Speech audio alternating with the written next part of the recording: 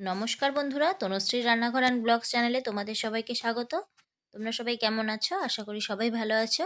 আমিও ভালো আছি। আজকে আমি তোমাদের সাথে ট্যাংরা মাছের তেল ঝালের রেসিপি শেয়ার করছি। এখানে আমি ট্যাংরা মাছগুলো খুব ভালো করে কেটে ধুয়ে পরিষ্কার করে নিয়েছি। তারপরে কিন্তু আমি নুন হলুদ মাখিয়ে রেখে দিয়েছি মোটামুটি 15 মিনিটের মতো। এরপর আমি গ্যাস ওভেনে কড়াই বসিয়ে দিয়েছি। দেখতেই পাচ্ছ কড়াই কিন্তু প্রচণ্ড গরম হয়ে গেছে। তারপরে আমি এর মধ্যে দিয়ে দিলাম সর্ষের তেল।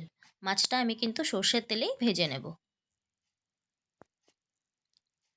এবারে আমি মাছগুলোকে ভালো করে ভেজে নেব।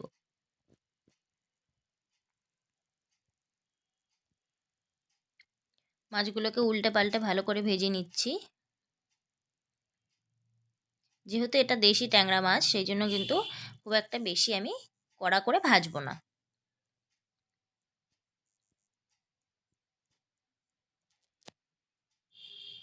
হালকা একটু ভেজে নিয়েছি বন্ধুরা। এবারে তেল থেকে আমি মাছগুলোকে তুলে নিয়েছি। এবারে মাছ ভাজার পর যে অবশিষ্ট তেলটা ছিল, সেই তেলের মধ্যে আমি আরও কিছুটা পরিমাণে সামান্য সর্ষের তেল অ্যাড করে দিয়েছি। আর দিয়ে দিলাম হাফ চা চামচ কালো জিরে। তোমরা চাইলে সাদা জিরেও অ্যাড করতে পারো। আর এর মধ্যে দিয়ে দিলাম ফোড়নের জন্য একটা শুকনো লঙ্কা। এবারে আমি দিয়ে দিলাম এখানে 1 চামচ জিরে বাটা।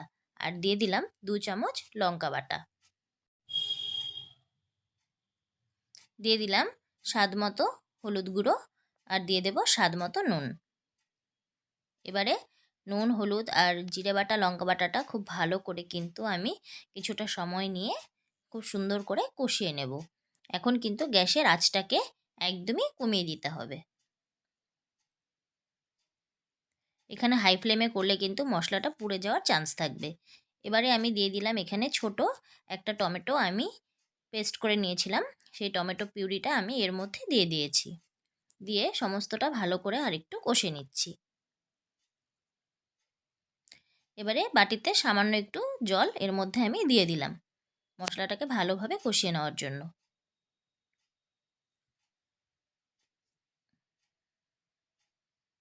দেখো বন্ধুরা, মশলার গা থেকে কিন্তু অনেকটা তেল ছেড়ে দিয়েছে।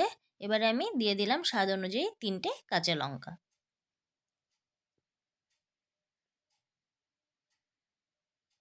আমি মোটামুটি 3 থেকে 4 মিনিটের মতন কিন্তু মশলাটাকে ভালোভাবে কষিয়ে নিয়েছি।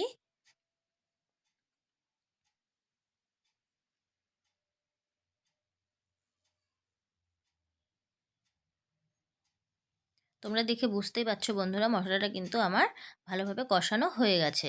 এবারে যে মাছগুলো আমি ভেজে রেখেছিলাম, সেই ভাজা মাছগুলোকে দিয়ে মশলার সাথে একটু মাছটাকেও কষে নেব। এবারে সামান্য একটু আমি জল এর মধ্যে দিয়ে দিয়েছি। এটা কিন্তু আমি একদম ঝোলের জন্য পুরোপুরি জলটা অ্যাড করিনি। সামান্য একটু জল দিয়ে এবারে আমি এই মোটামুটি 3 মিনিটের মতন ঢাকনা দিয়ে ঢেকে দেব।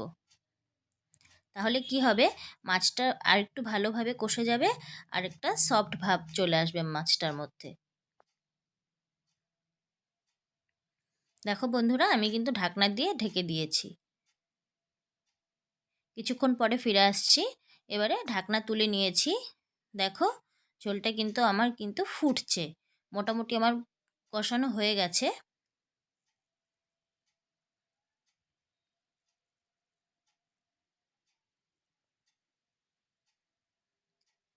এবারে যে বাটিতে আমি মাছগুলো ভেজে রেখেছিলাম, সেই বাটিটার থেকে সামান্য একটু জল এর মধ্যে আমি দিয়ে দিয়েছি তেল ঝালটা পুরোপুরিভাবে তৈরি হওয়ার জন্য। তারপরে আমি এর মধ্যে কিছুটা ধনেপাতা কুচি দিয়ে খুব ভালো করে কিছুটা সময় ফুটিয়ে নিলেই তৈরি হয়ে যাবে আমার এই ট্যাংরা মাছের ঝোল, এই রেসিপিটি। সো ভিডিওটি কেমন লাগলো বন্ধুরা, তোমরা কিন্তু কমেন্ট করে জানিও।